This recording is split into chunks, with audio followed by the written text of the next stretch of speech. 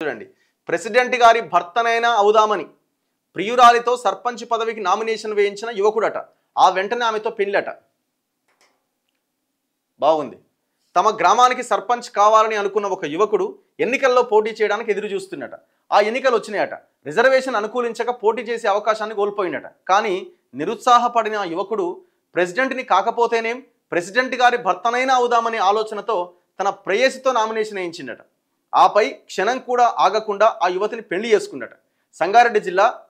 సంగారెడ్డి మండలం తాళ్లపల్లికి చెందిన చంద్రశేఖర్ గౌడ్ పంచాయతీ ఎన్నికల్లో పోటీ చేయాలని భావించిన ఆ గ్రామ పంచాయతీ ఎస్సీ మహిళకు రిజర్వ్ అయిందట. దీంతో చంద్రశేఖర్ తన ప్రియురాలు ఎస్సీ సామాజిక వర్గానికి చెందిన శ్రీజతో నామినేషన్ వేయించిందట. అనంతరం శ్రీజను పెళ్లి చేసుకున్న చంద్రశేఖర్ గౌడ్ తమకు రక్షణ కల్పించాలంటూ సంగారెడ్డి రూరల్ పోలీసులను ఆశ్రయించిందట. మరోపక్క తమ కుమార్తె కనిపించట్లేదంటూ శ్రీజ తల్లిదండ్రులు పోలీసులకు కంప్లైంట్ చేసిరట. సంగారెడ్డి పోలీస్ స్టేషన్కు వెళ్లిన సంగారెడ్డి ఎమ్మెల్యే చింతా ప్రభాకర్ చంద్రశేఖర్ గౌడ్ శ్రీజలకు మద్దతుగా నిలిచారు.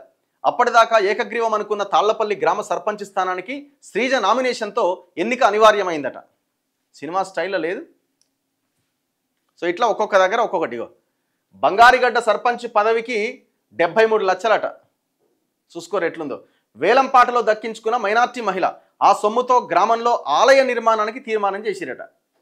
మరి ఇప్పుడు ఈ ఆలయం కోసం 73 లక్షలు ఖర్చు పెట్టి ఆలయం కడుతుంది. మరి ఆ 73 లక్షలు ఎట్లా రికవరీ చేసుకోవాలా? 73 లక్షలు గ్రామం కోసం ఇచ్చినా అని వదిలేస్తుందా? ఆలోచించండి ఒకసారి. గ్రామ పంచాయతీకి వచ్చిన బిల్లుల రూపంలో కానీ, మీ గ్రామంలో ఉన్న భూములు కానీ, లేదు మీ గ్రామంలో ఉన్న సమస్యలని గాలి కొదిలేసి రియల్ ఎస్టేట్ వ్యాపారం మీద కానీ పడి మీ గ్రామాన్ని గాలి కొదిలేదని గ్యారంటీ ఏమన్నా ఉందా? గ్యారంటీ ఏమన్నా ఉందా? రేపు పొద్దున ఏమంటుంది? సర్పంచా అదేం పదవి, 73 లక్షలు ఇస్తేగా అయిపోయా. ఒకవేళ ఆ క్వశ్చన్ ఆమె నుంచి వస్తే మీకు ఆన్సర్ చేసే పరిస్థితి ఉందా? నేను ఆ ఒక్కరి గురించి మాట్లాడతలే. ఎక్కడెక్కడైతే ఏకగ్రీవమైనాయి, ఒక దగ్గర శివాలయం అన్నారు, ఒక దగ్గర బొడ్రాయి అన్నారు, ఒక దగ్గర ఇంకోటి అన్నారు. ఆలోచించండి ఒకసారి. ఇప్పుడు ఆ 73 లక్షలు ఆమె ఎక్కడి నుంచి రికవరీ చేయాలి? ఒకవేళ ఆ 73 లక్షలు మీరు తీసుకొని గుడి కట్టుకొని అంతా అయిపోయిన తర్వాత రేపు పొద్దున ఆమె సమస్య మీద ఇంటికి పోతారు. ఆమె అంటది, ఆమెనో లేకపోతే ఆయననో, మీకు 73 లక్షలు ఇచ్చినా కదా అయిపోయింది అని అంటే మీరు మళ్ళీ క్వశ్చన్ చేసే అర్హత మీకున్నదా? ఒకవేళ ఆమె కనుక పోరి మీకు ఆల్రెడీ 73 లక్షలు ఇచ్చినా అయిపోయింది అని అంటే ముఖం ఏడబెట్టుకుంటారు. అంటే ఆ ప్రజలను అడుగుతున్నా నేను. ఎక్కడెక్కడైతే ఏకగ్రీవాలైనా ఆ ప్రజలను అడుగుతున్నా నేను. ఏం దారుణం ఇది! అసలు ఎలక్షన్ కమిషన్ ఏం చేస్తుందండి? ఓపెన్గా బహిరంగంగా చెట్ల కింద కూర్చొని వేలం పాటలు నడుస్తుంటే